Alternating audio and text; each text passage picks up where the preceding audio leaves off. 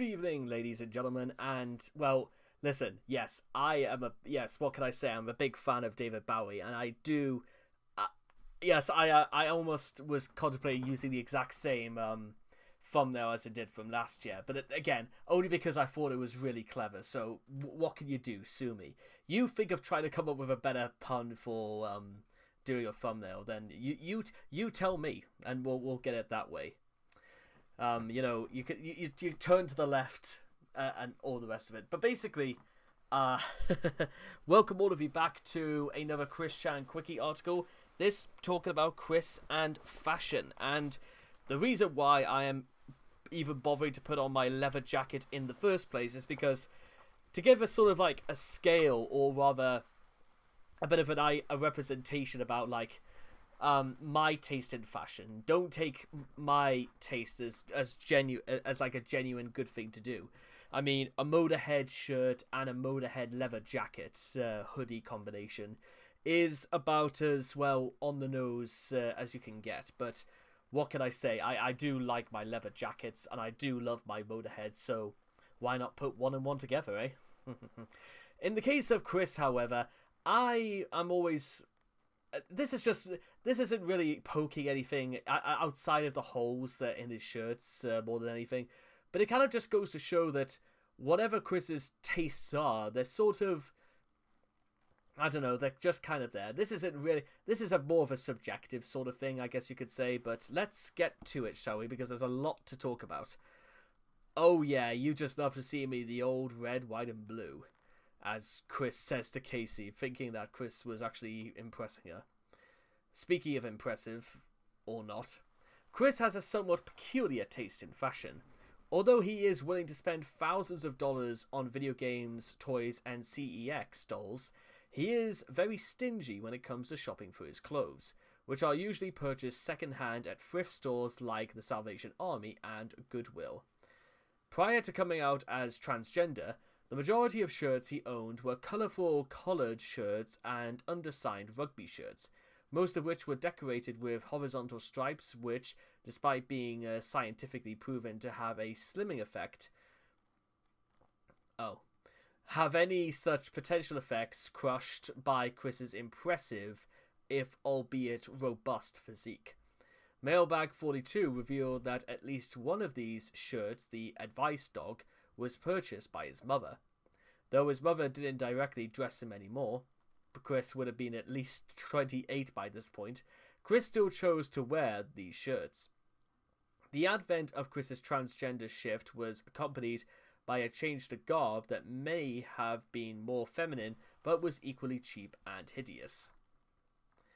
I mean, we go from Chris as a child to Chris still a child, I guess. Fashion passes for a few decades at least. Yes, quantifiably, Chris is only really determined by age insofar as, well, whatever he's wearing that day. But then again, fashion does sort of change from decade to decade and stuff like that, so you can't really be, like, that picky. I mean, I've been wearing the same sort of heavy metal and rock t-shirts for, like, the last 6 years anyway, so I'm not going to start judging Chris on taste, if that's anything to go by. In his youth, Chris set the general tone for years to come with many striped polos, t-shirts, and khaki pants. The only difference compared to adulthood is that he sometimes dared to wear single-coloured shirts with his favourite game and television characters on them. The only articles of clothing he has seen in until the summer of 2010 that didn't follow the long-sleeved colourful clown suit theme were the yellow Pokemon t-shirt and that he did own since he was 19, and a Sonic Heroes t-shirt he wore throughout 2004. They did not look particularly good on him. I wonder if actually they'll showcase the shirt itself, but it probably won't. But then again, Sonic Heroes it's low-key probably one of the best Sonic games of all time, and I will not hear anybody say otherwise. 22 years old that game will be coming this year. Doesn't it just fly? Anyway, trademark clothing, the classic. This is the original and most iconic look of Chris, or it once was. The standards until mid-2011. It is a look immortalized in his comic book self-insertion, his outfit usually consisted of his favourite shirt, a Ralph Lauren rugby stripe suede polo, which was so tight that it accentuated his voluptuous masculine bosom. This is the shirt that Chris almost invariably drew himself wearing in the comics. Trolls came to call it the clown shirt or the classic. It was destroyed in the 2014 fire that gutted the Chandler house, but later resurfaced for sale in 2017. When Chris listed it for a minimum price of $12,000 during the financial crisis, he had found it in a bag of damp, mouldy clothes, wet from the water the firefighters have used to extinguish the flames when his house burned 3 years prior. He washed it, and then wore it for the first time in years when he uploaded live game stream C-Log 04/19/2017, the shirt. And if you want to see what that looked like, I mean, nobody asked for it, but then again, this is Chris wearing a shirt years after Fort destroyed, and Fort this probably would look. And today we are doing our Captain's Log. So yeah, Captain's Log, star date 04/19/2017. We have resurrected this old antique, the very same shirt that you've seen me wear in the comics, as shown between these two, at least to prove my point. But we'll get to more details about this in just a moment. But right now, because I want to make y'all wait till after I get any other remaining thoughts in my mind, Two things. One, I love the fact that Chris actually has to tell his audience to stop so that he can actually have a moment or two to think about what to say next. I mean, I sometimes do that, but then again, you can fill in the dead space however you like. You don't need to. It's like this is less cognitive dissonance and more cognitive distance, if that makes sense. Second, I'm going to take the wild assumption that nobody in the comments are saying, "Go on, Chris, do us a favor, take off the shirt, get the rolls out for the lads." No, I could not see Chris doing that. I don't care if somebody sends over $1,000 or they say they know where Clyde Cash lives. Do not do it, Chris. So let me think. Right, so first off, yes, as I have stated in my Facebook posts, my PayPal is in the red because the customer bought the totem, complained, and eBay refunded, and I had already spent the money on the Skylander shirts and the cards and a replacement necklace for my mother, as well as paid 2 of my bills, high bills, and our bank accounts are in the red, so gotta make some more money. So I love the fact that the idea of the shirt, it didn't really have anything to do with the shirt whatsoever. It was just about, give me some more money because I've given you the shirt. Yeah, that's. I wish there was more to say apart from that, but apparently there isn't. The shirt itself was thrown out by Bob in mid-2018. Since then, Chris has worn a similar looking shirt with orange stripes instead of red, a t-shirt undershirt, typically white, his medallions sporadically, and his high school ring. A pair of distinctive glasses attached to a chain, jeans or khaki slacks. Chris's jeans typically defined his rear end to a disturbing level. He may have been wearing women's jeans, or may have been simply wearing pants his gut outgrew. Yeah, I think I've got that covered. The belt buckle of failure. Alternatively, a green terry cloth bathrobe with a mismatched, of course, black belt on occasions when he's in the mood for recycling, or when even getting dressed, which would involve too much stress. On occasion, a dark suit jacket, perhaps for funerals or church. During the winter months, a dark blue parka with orange and yellow stripes to enhance visibility, or so that you know invisibility, that just buy a high-vis jacket by that point. It'll be far more a la mode. Starting in late 2009, a bra to keep his previously mentioned bosom in check. The IBA outfit. Oh dear God, this. In the mid June of 2009, roughly around the time he made certain friends, Chris temporarily decided that his current look was old hat. He got rid of many of the striped shirts, mostly because he couldn't fit in them anymore, and grew a goatee.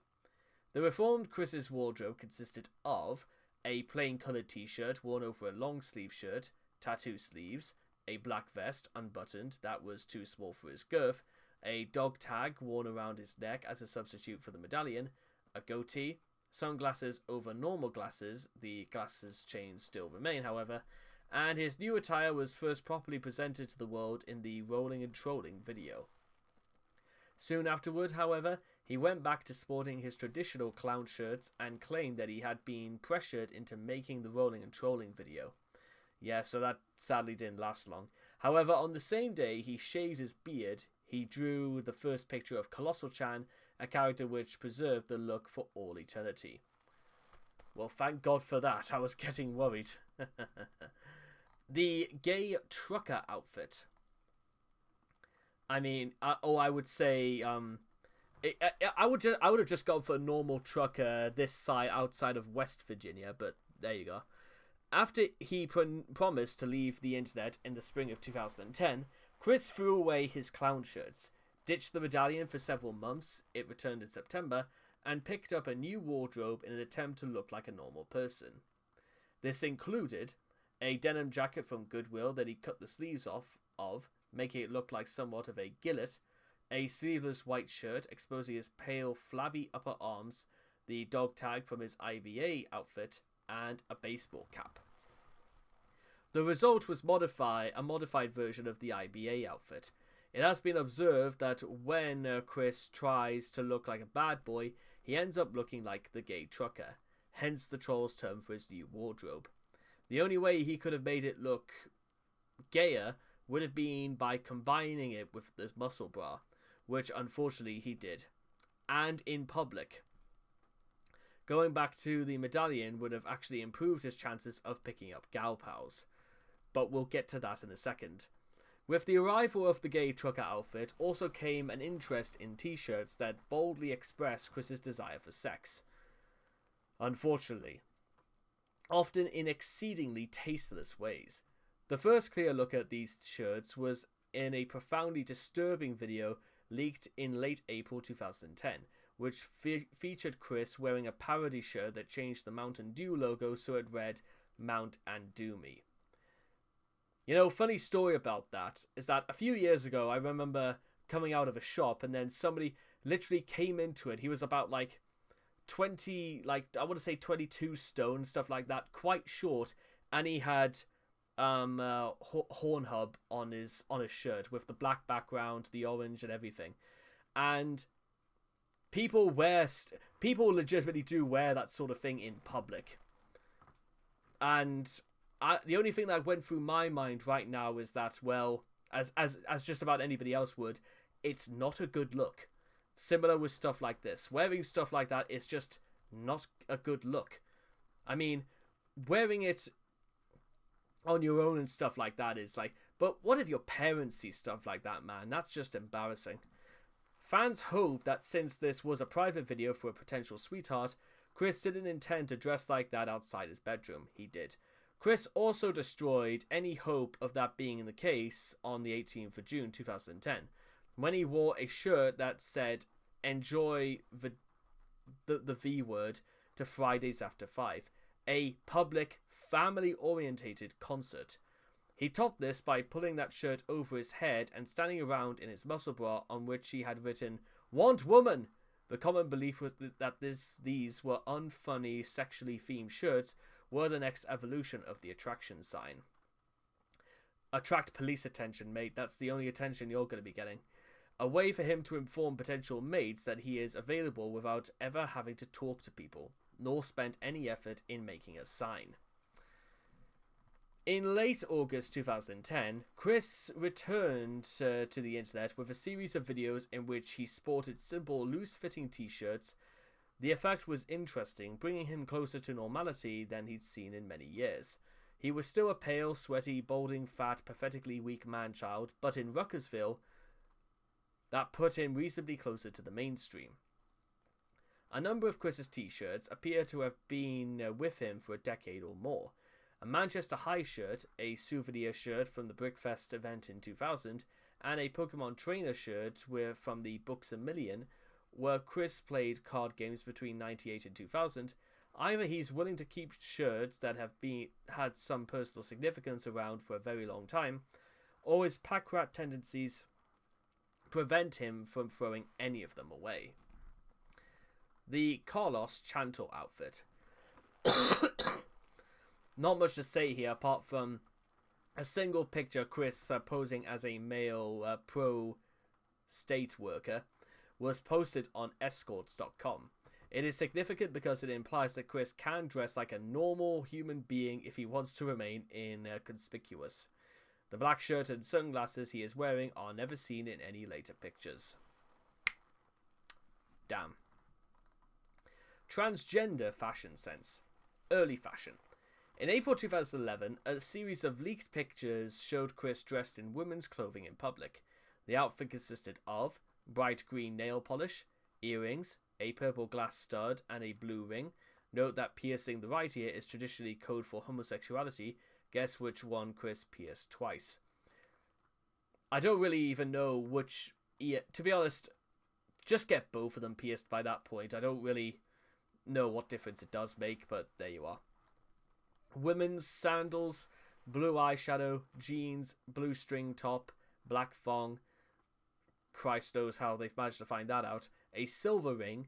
Note that silver rings have been used to symbolize a pledge of abstinence until marriage. I don't know, do people really still believe in that? I'm only asking because I've never done that.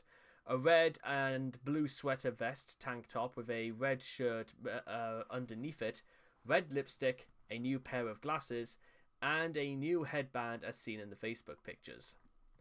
Now, I know... Yes, I know, quoting from... Is that quoting from like an episode of Yu-Gi-Oh! The Abridged series? Because I know where that's from or something like that. But yeah, I suppose Chris thought probably he looked good or something like that for Jackie. I know what a lot of people have also said. It just makes Chris look like Krusty the Clown on crack. But, you know, to each his own. I think Chris probably did a better job. Considering that Chris probably did this entire makeup and the entire sense himself. I don't know. I don't really think I could have pulled that off. All power to Chris then, I suppose. While not seen in the leaked images, Chris's posts in the Tomboys and Tomgirls of Virginia revealed he also donned skirts and panties as part of his new look. In September of 2011, Chris was also photographed carrying a purse. Chris was very happy with his new fashion choices, but friction with his parents made it difficult for him to wear makeup and women's clothing overtly. Sometimes he had to change after leaving the house or before returning, but he could always wear a bra and panties. Fair enough, I suppose. I mean, okay, I don't really... Late fashion. Chris continued to wear female clothing, albeit with some refinements over the course of the next couple of years. Although he has long since dispensed with the clownish polo shirts and jeans, many characteristics of his Tomgirl wardrobe are remarkably consistent with the way he dressed when he still wore men's clothing, especially in terms of color coordination and clothing size. He also remains committed to buying all of his clothes from thrift stores, giving him the appearance of a dumpy bag lady. He summarized his style in November 2014 as colored leggings, denim skirts mini to knee length, bold colored shirts and blouses. Some of the most frequent themes in his feminine fashion choices are clashing violently opposed colors, particularly red with blue or green, clothing far too small for him, dresses or skirts with very high hems, leggings to help with tucking, sports bras, big floppy church lady hats, eye makeup applied poorly and usually purple or blue in color.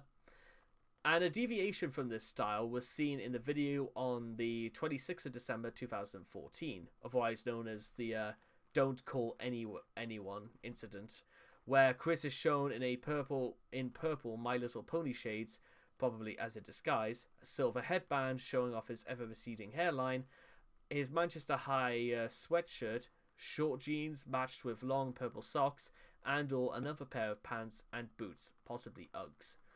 The fact that Chris wore skirts and makeup for each of his court hearings in 2015, even those to which Barb accompanied him, suggests that he consistently dresses this way in public, and that his mother has come to grudgingly accept her son's transgender attire. In 2015, Chris also started dyeing his hair blue, but predictably failed to do it properly, and ended up dyeing it an ugly seaweed colour instead. Seaweed green, I should say. Combined with his wardrobe that manages to somehow simultaneously resemble the attire of a 5-year-old girl and a 65-year-old cat lady who didn't know any better, the resulting look has been sardonically referred to by the Kiwis as Mermaid Grandma. As you do. Notable outfits. The Gopnik outfit.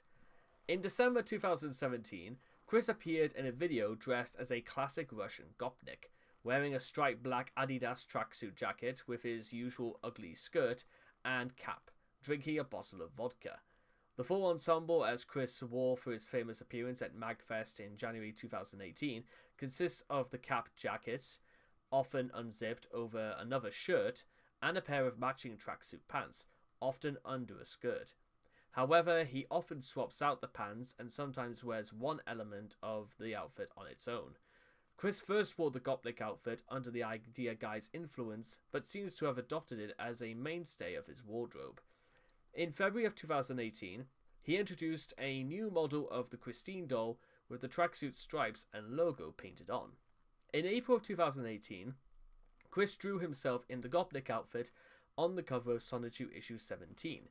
As recent as December 2023, Chris has been spotted in public wearing a pink version of the Adidas tracksuit jacket and the cap. I mean, it's less Nico Bellic and more like nicked. I don't even have a pun for that. But no, who was the other character in Grand Theft Auto 4 that also survived the old country? Not Roman Abramovich. Not Roman, it doesn't matter, but I don't even think I could have even pulled off a Gopnik, with that said, Viva Losky. The Vinyl Scratch. The Vinyl Scratch is a white tube skirt with a double-hole music note. See, there it is. In 2015, Chris attended OmegaCon cosplaying as DJ Pony, nicknamed Vinyl Scratch, by fans from the My Little Pony Equestria Girls franchise. The whole node resembling her cutie mark in her pony form. However, after the convention, Chris would continue to wear the skirt that came with the outfit almost daily, likely not washing it very often up until his arrest. That's quite a lot of days to wear it and, not wash it. Breathe it in. No, thank you. The Breathe It In shirt is an Athletic Works Walmart brand top frequently worn by Chris beginning in mid-2018. He explained his attachment to the shirt in a tweet commentating that the message is always relative to the daily life and situations. Breathe it in. Oh boy. And by goodness did he wear this. Look at that. Headgear. Since 2017, Chris has increasingly started wearing various tiaras alongside his Sonichu medallion for his shenanigans both indoors and out of doors. Some of these were literally made with cheap tinfoil, some of these were literally overlapping each other. Whoops, didn't mean to do that. I nearly saved the thing. I just want to open the thing in a new tab. As you can see here, Chris wearing a unicorn tiara whilst Chris looks like he's having a stroke. Then you can see here Chris doing a makeshift one. Well, this isn't makeshift. This is like Chris pretending to look clever, as Chris is always want to do. Chris like wearing it overlapping stuff while Chris is waiting to hear a message from Region 10, whilst this poor woman has just had her head cut off in the background. Then you also have, well, one of the more recent ones where literally Chris just wears dangling bounds of crap literally on it, and Yeah, this is when Chris was literally just dangling stuff around his neck. It was always going to ruin it. I know his posture was not great, but it was going to make it worse. As just dangling junk from your body is just going to like weigh you down that much. Rings. Apparently it's incompleted, but how much can there really be? Chris has worn rings a part of his outfit before. Initially he started with his amethyst ring, which Chris got as a souvenir at Manchester High School. He would later expand to wearing another ring after becoming a Tomgirl. He then began wearing 3 more later on, with 2 of them being his parents' wedding rings, repurposed for his polyamorous marriage. Wait a minute. Hang on, let me read that again. He then began wearing 3 more later on, with 2 of them being his parents'. Why is Chris wearing his parents' wedding rings?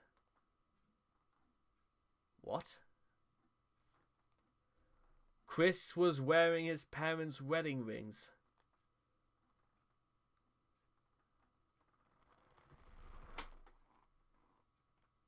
Am I missing something, or was that like really, really creepy? No, it is really creepy. What am I talking about? I can't quite believe that.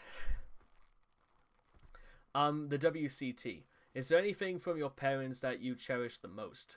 Their wedding rings, for one thing, and now they're a link between I and Magi-chan and Crizzle, both of which are white gold. The silverish ring on the middle finger is with Sylvana, and the Nathan Drake replica ring is with Mewtwo.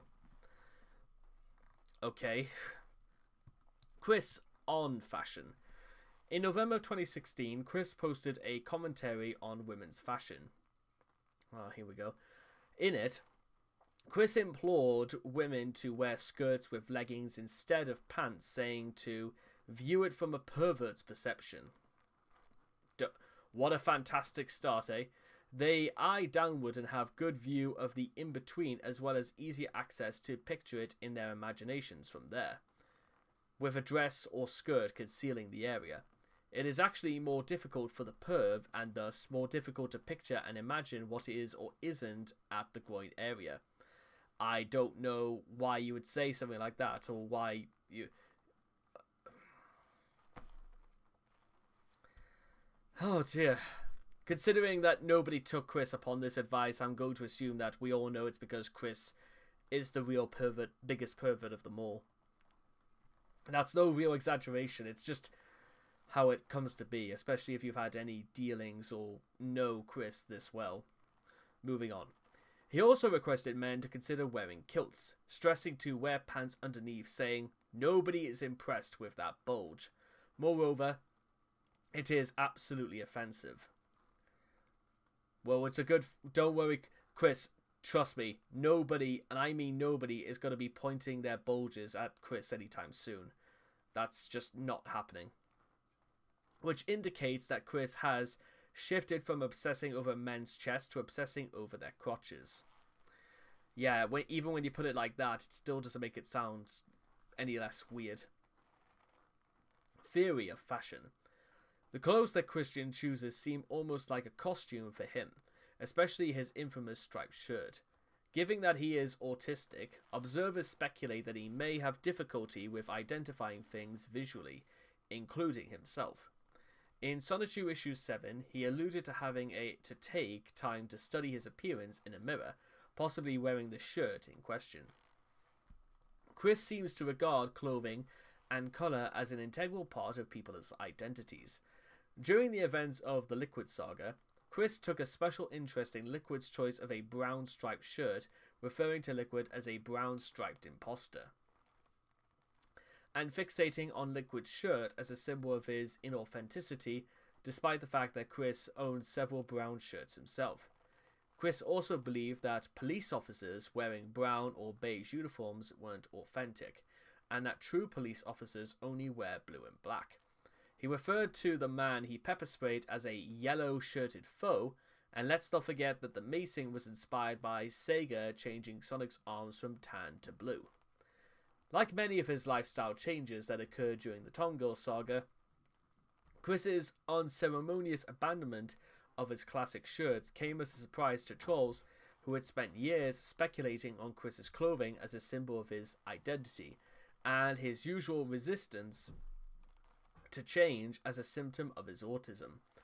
However, even in retrospect, Chris seems to hold the clothes he used to wear in very high regard as a symbol of his identity and legacy, as shown when he listed the classic on eBay for a whopping $1,200.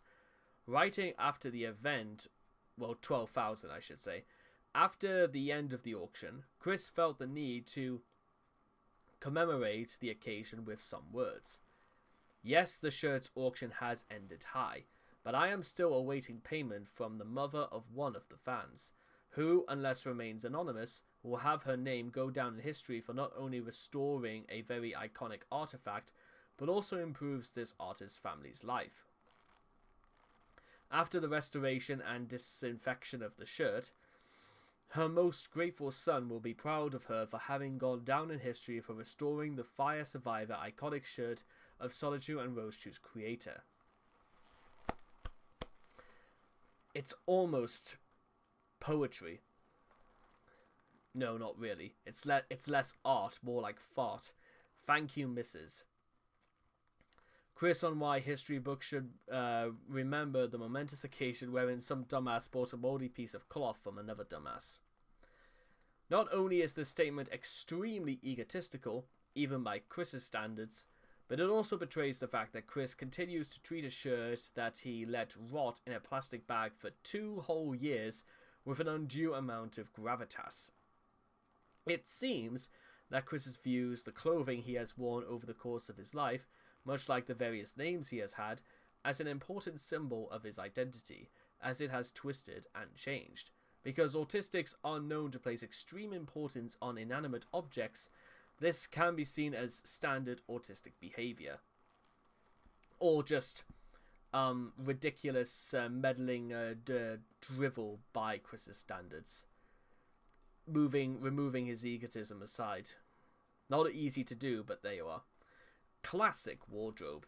And as you can see here, this is just the things that we've seen from the classic era.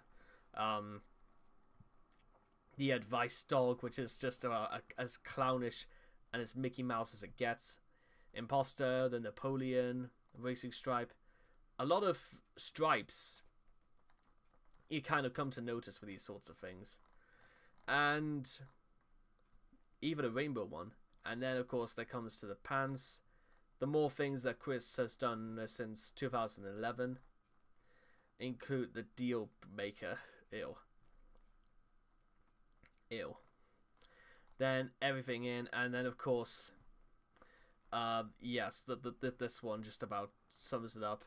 The new age funk and a replica of the track, and this is just accessories, and it looks a little bit out there. Other aspects of his fashion sense. Custom painted shoes. Chris wears shoes that he sloppily spray paints blue and yellow. He demonstrated his technique in shoe colouring. They would later be sold to Jacob Sockness on the 12th of March 2019.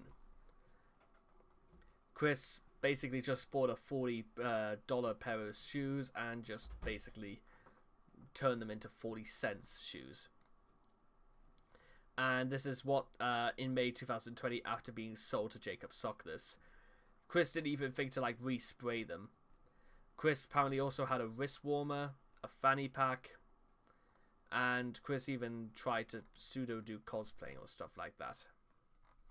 Yeah, so I think that's just about everything we've had to cover. And what I find really weird, I suppose, endearing, is that, well, a lot of Chris's purchases in order to make himself look good seem to be almost at no expense. There's never mind no expense. There's no expense whatsoever because he doesn't spend. If it wasn't already worn, he probably didn't wear it. You could say, again, it's just a symptom of Chris's state of being and his reduced income is the fact that it would have been hard for Chris to afford any new clothing at all. For example, Chris doesn't really own a suit, to say the least. But Well, again, that's just part of the consequence, you know, of not actually having a proper job for so many years. But I think I've been through that song and dance before. Meanwhile, yeah, just honestly, it's not a good look. But then again, we've already been there when it comes to like Chris getting a job and stuff like that, so it seems a little bit old hat to say that. But you'll be hearing it a lot more in the next coming days or something like that, I imagine. So, with all that being said and done, I hope all of you guys enjoy this reading of Chris and fashion, or his sort of taste in fashion, and I cannot wait to see all of you guys again in the next video. Beep beep.